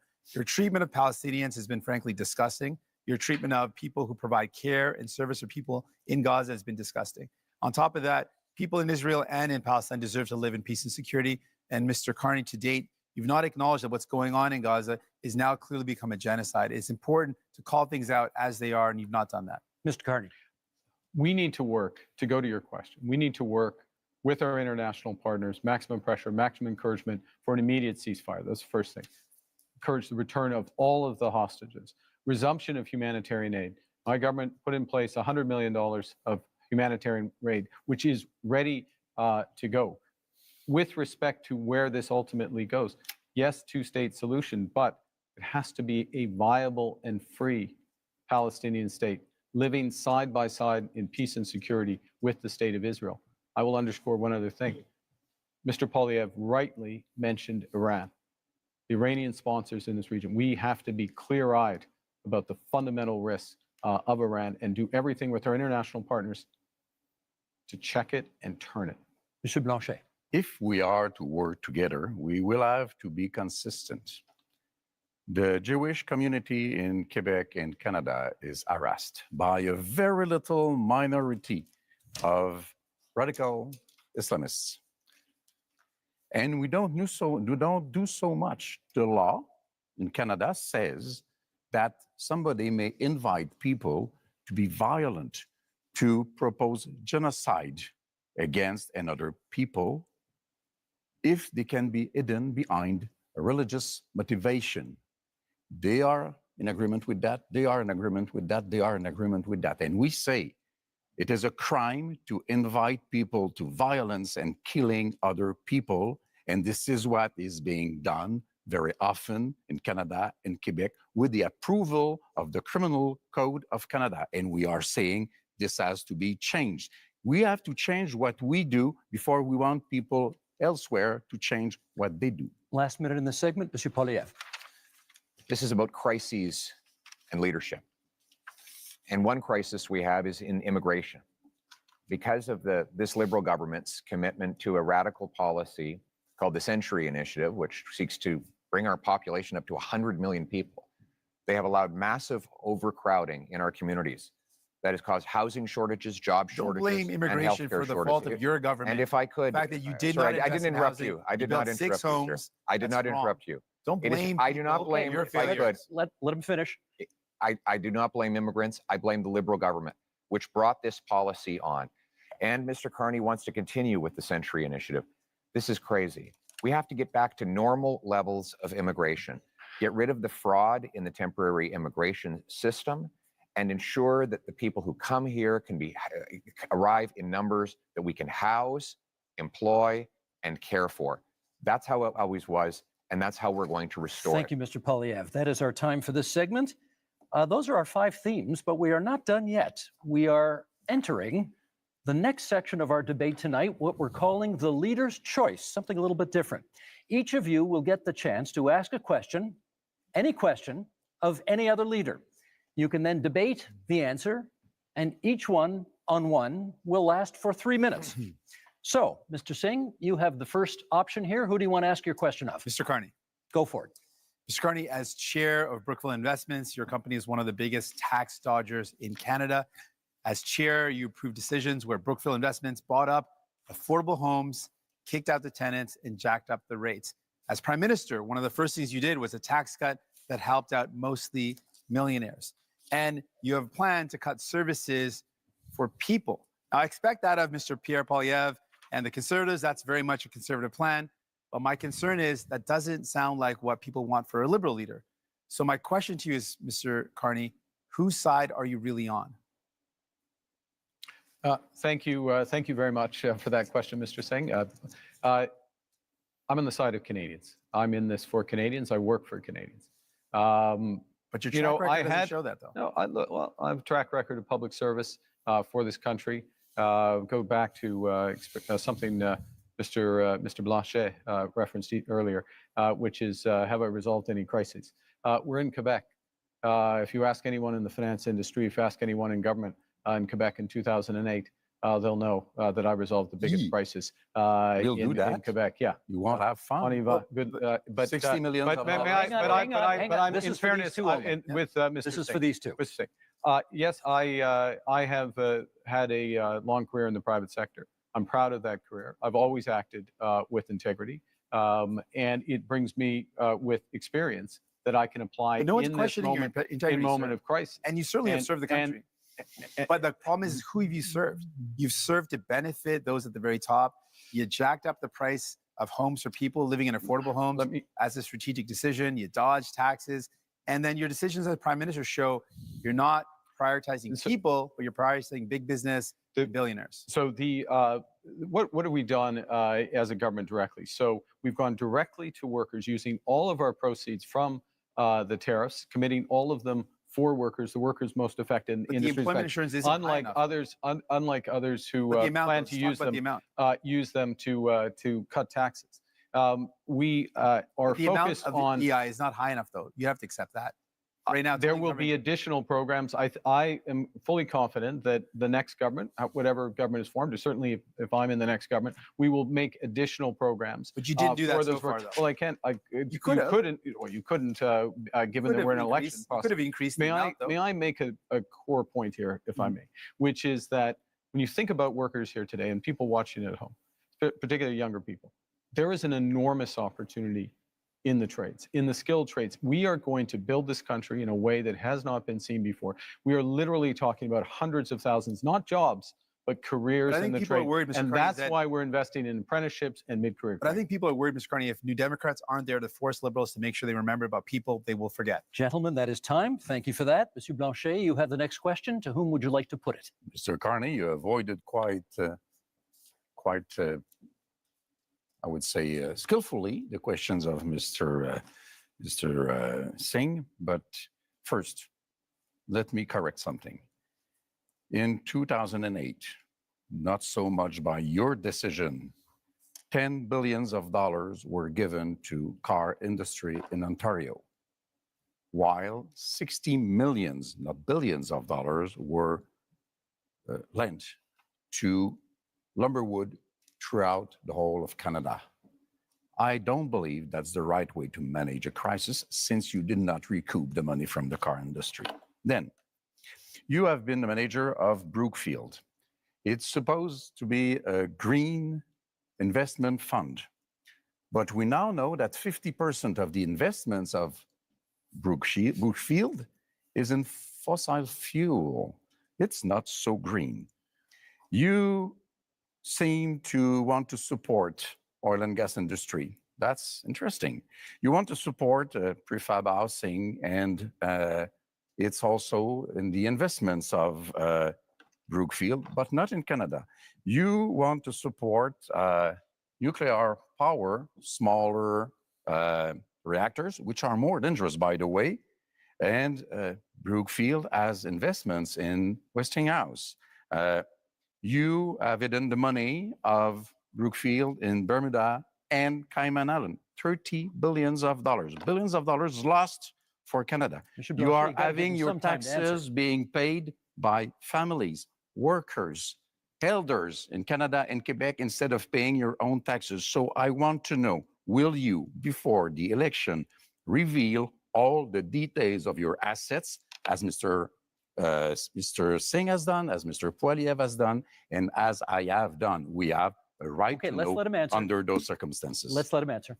Well, the first thing is, I want to say a word about, I'll say a word about Brookfield. You know, this is a Canadian success story. It is the largest infrastructure investor and developer in the world. It is one of the largest, if not the largest, developer of renewable power in the world. And who benefits from that? That's Canadian pensioners. That's Quebec pensioners. That is teachers. That is firefighters. It is a series of people, including individuals on this stage, benefit from that. Now, always acted with integrity, served the shareholders of Brookfield when I was there. I have left that. I have followed all the rules well in advance. let's I have followed reveal all your the assets. rules well in Let's advance. reveal your assets like And- we all did. And working for the people of Canada. What do you own? Why that is don't time, you tell gentlemen. Canadians and That is Quebecers time. what you own? Monsieur Blanchet, we're moving on to Mr. Poilievre now, who has his opportunity to ask the question of whomever he'd like here, and that will be? Mr. Carney, but if I could Look him up. begin by setting the stage.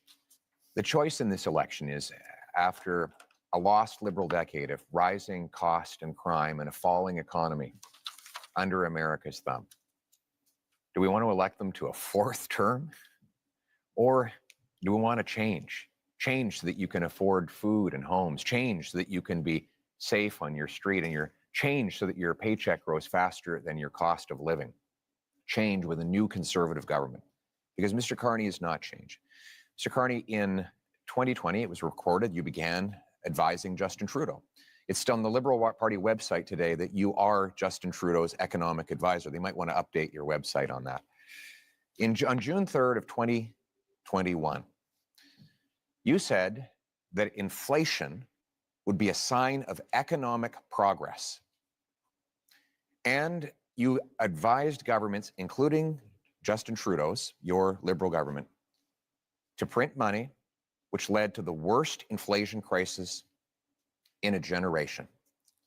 Now, that means that mothers went to bed with empty fridges and empty bank accounts, worried how they'd feed their kids, that seniors worried they'd be evicted from their homes, that young people believed they'd never be able to own a home in the first place.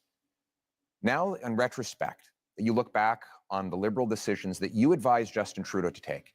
Will you look at the camera in the eye and apologize to the many people who suffered as a result of the inflationary policies that you advised Justin Trudeau to implement?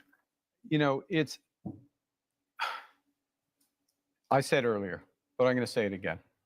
I know you want to be running against Justin Trudeau. Justin Trudeau isn't here. Are you denying you am were his here. economic advisor? I did not provide any of that advice. I did not provide any of that It's advice. on the Liberal And Party I'm website. sorry. Are you accusing your Liberal Party of lying about your role? This Because is- it says today, you can go to the this is- Liberal Party website now, and it says that you I were think Justin Trudeau's economic advisor. the way you judge someone, in my view, is how they act, what they do when they have responsibility. Twice I was a central bank governor. And in both cases, if I may, in both cases when I was responsible for inflation, inflation was less than 2%. I'll add that when I was here responsible for the Bank of Canada, inflation was less than 2%. Our dollar was at parity. That is the kind of success that I can deliver for this country coming out of this crisis. And what is at stake here? You were the What is at economic stake here? advisor What is to at Justin stake Trudeau here? that gave If us the we bring worst it back, if I inflation may bring that it we back, have had if in I a may- generation, because the Could I policies bring it that you back? Could I implemented bring and it those back? of the MPs that are I am still going to bring in it your back ministry. to the Fellow Canadians, crisis which the we last face. 10 years has been about the Liberals. The next 10 years should be about you. And that's time. Mr. Carney, good news is the next question is yours. Well, I'm going to ask myself a question.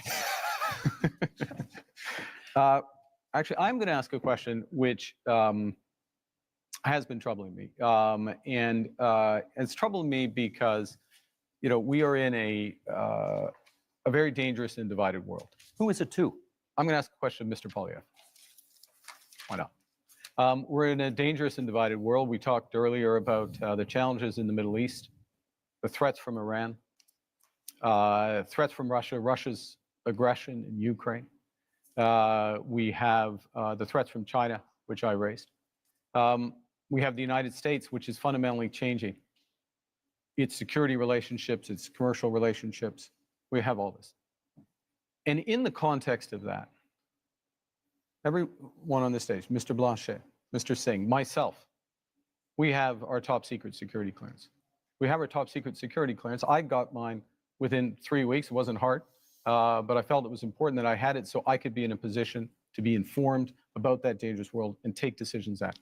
And Mr. Poilievre, it is now 950 days, if my numbers are right, since you've had the opportunity to get your top secret security clearance, and you've refused. Why? Well, first of all, I have got my security clearance when I was a minister. I got top secret clearance at the time, so there's no problem getting that. But when the government made this recent offer, they said that if I got the secret security clearance briefings, that I would be gagged under the security law, and I could be prosecuted if I spoke freely about matters of foreign interference. Now, given that Canada has experienced Chinese interference by Beijing, the government of China, in 2 consecutive elections, I needed to do my job to speak freely without fear of prosecution. And that was not something I would be allowed to do. Even Thomas Mulcair, the former leader of the NDP, said that when he was the leader of the opposition, he never would have accepted the kind of gag order that your government and Mr. Trudeau's government was attempting to impose on me. And it's good that I'd made that decision because it has allowed me to speak freely about things like the case where one of your candidates, sir, actually said that he wanted to send a political opponent to China under a bounty threatening his life or imprisonment, and you refused to get rid of him. Now, it might have something to do with the fact that you went to China not long ago to get a $250 million loan for your company. But the reality is you refused to stand up for a Canadian who was being threatened by a foreign government. And I was able to speak freely on that matter because I refused the gag order that the Liberal government attempted to impose on me. Well, there's a couple of interesting things. I think people at home have seen a robust debate here, and it's been a robust campaign, and it has not stopped Mr. Blanchet or Mr. Singh at times during his campaign by making challenges with respect to these issues. So one can address it. I will observe, as someone with the top secret security clearance, that China is not the only country that is accused of foreign interference. And And gentlemen, that is We'll time leave for it this at that. segment. That's our time. Now, closing statements are still a few minutes down the road, so we have a little bit of time for some quick hit Q&As for each of you right now. Short questions, 45 seconds, please, on the answers, and we're going to go left to right as I look at you right now. Mr. Poilievre, you get the first question. To the best of my knowledge, you have not offered a hard timeline, as the other parties have, to meet Canada's NATO commitment of 2% spending on defense. When would you hit that target? My aim will be to 2030. That said, when we renegotiate our trade deal with the US, I know it's their priority to see us increase our military budget.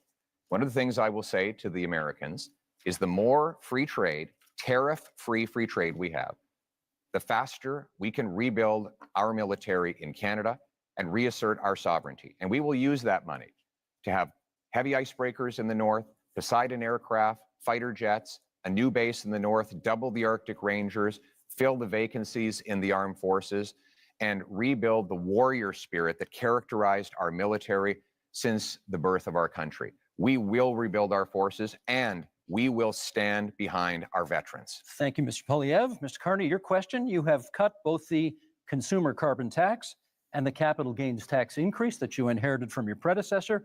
Is that an admission that the Liberals made life less affordable for Canadians? I think let me give you the rationale behind both of those changes. First, with respect to the consumer carbon tax, in effect, it'd become too divisive for Canadians. Canadians received rebates. On the whole, they received more than the tax actually was, but some had represented that it was a tax without a rebate. It became divisive. It didn't serve its purpose. It made a relatively modest contribution to overall climate goals. I got rid of it. First act, made Canadians whole. Secondly, but with respect to the capital gains tax, it's come up again, I'll be quick. This is a fundamental issue. We need to build this country.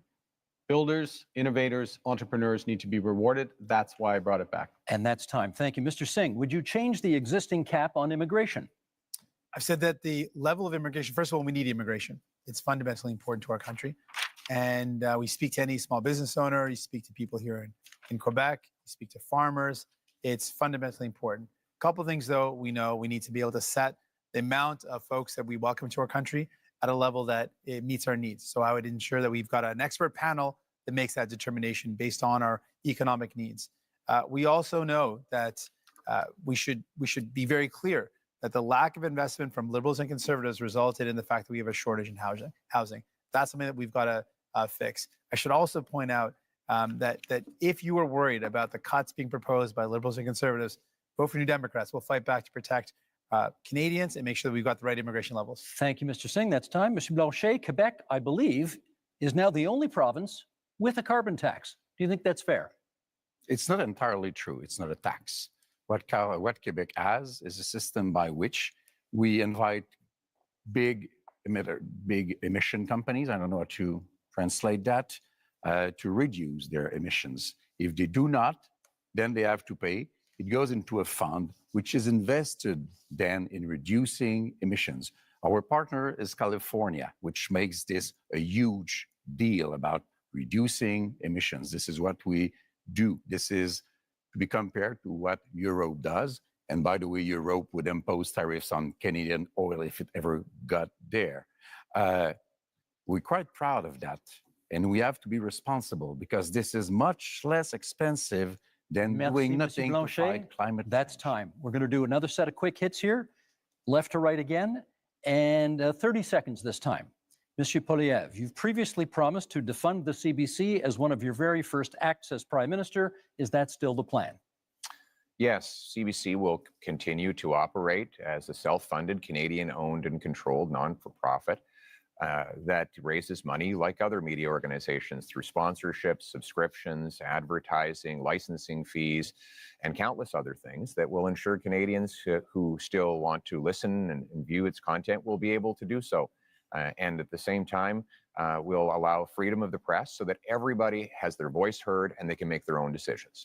Thank you, Mr. Carney. The next question to you, 30 seconds. Would you remove some of Canada's legal tax avoidance loopholes that companies that you have worked for have used?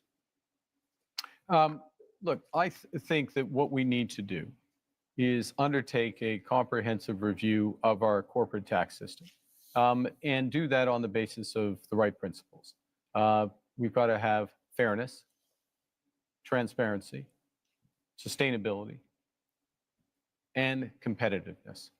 So we need a tax system, a corporate tax system, including being part of a international minimum corporate tax through the OECD. And that is time. Means Mr. Singh, no. the question for you is, if you hold the balance of power after this election is over, what would your price be to support another party? We've laid out our priorities. We want to make sure we bring down the cost of groceries, build homes that people can afford. I can also tell you that we would defend CBC, unlike Mr. Poilievre, who wants to cut it, and we would close tax loopholes and offshore tax havens, even though Mr. Carney didn't respond to that, and selling stocks and shares to make profits and then having less taxes on that is not hard work. And so those aren't the job creators. The people who are job creators are the hardworking men and women that contribute to our economy. Thank you, Mr. Singh. Monsieur Blanchet, kind of the same question. If you hold the balance of power in the next minority parliament, if it is that, what would be the price of your support? Respect for Quebec. That's quite easy. I don't want to go against what Canada wants to do for itself, but I don't want Canada to impose an economic vision or a multiculturalist vision on Quebec, which is different in terms of language and values and secularity and equality between people. So I want to be a partner. And if Quebec is respected, Canada has nothing to fear from the bloc because we vote for what is good for Quebec. It only has to be good for Quebec. Thank you, Monsieur Blanchet. Now, we have one last question for each of you. We'll go right to left this time as I look at you. Bit of an offbeat question. Mr. Blanchet, what is your biggest regret during this campaign?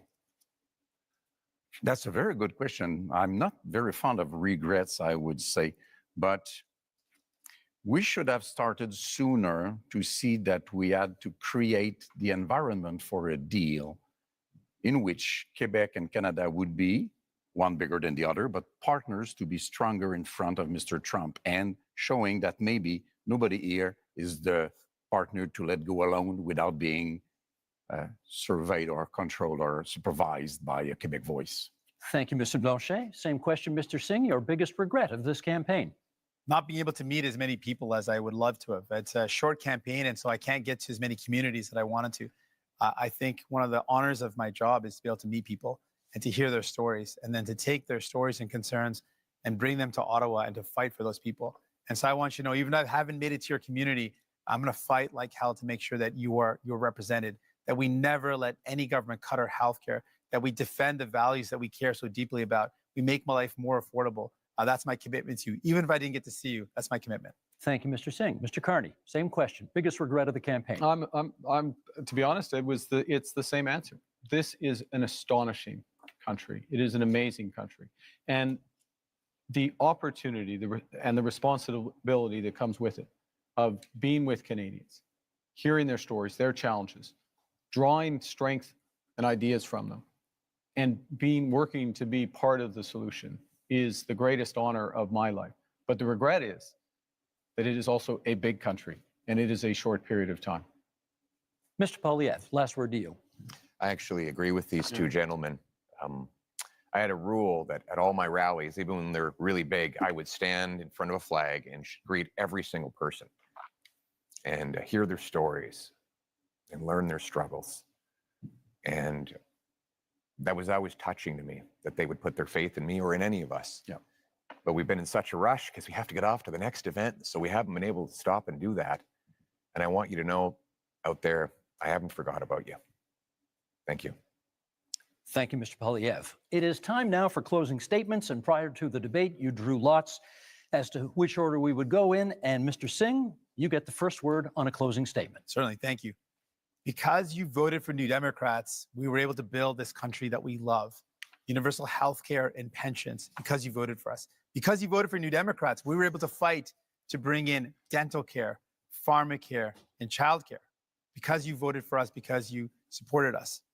You have the power with your vote to send more New Democrats to Ottawa, to continue that fight, to make sure that no government cuts the things that we hold dear, like our health care, to ensure that we can do everything possible to make life more affordable by making it more affordable to buy your groceries and to get a home. I'm asking for your support in this election so that I can continue to fight to defend the things that make Canada, Canada, the things that we hold dear, the things that make us proud to be Canadian. Thank you, Mr. Singh. Mr. Carty. We are facing the biggest crisis of our lifetimes. Donald Trump is trying to fundamentally change the world economy, the trading system. But really what he's trying to do to Canada, he's trying to break us so the US can own us. They want our land, they want our resources, they want our water, they want our country. And we're all going to stand up against Donald Trump. I'm ready. I've managed crises over the years. I've built strong economies. We will fight back with counter tariffs. We will protect our workers and those businesses, and we will build the strongest economy. We will build Canada strong. I'm asking for your support, the honor of doing so. Thank you. Thank you, Mr. Carney. Monsieur Blanchet.